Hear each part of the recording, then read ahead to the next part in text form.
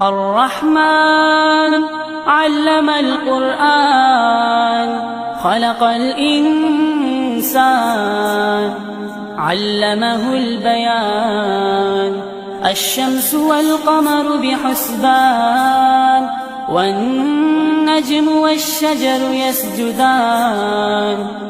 والسماء رفعها ووضع الميزان ألا تطغوا في الميزان وأقيموا الوزن بالقسط ولا تخسروا الميزان. والأرض وضعها للأنام فيها فاكهة والنخل ذات الأكمام والحب ذو العصف والريحان. فبأي آلاء ربكما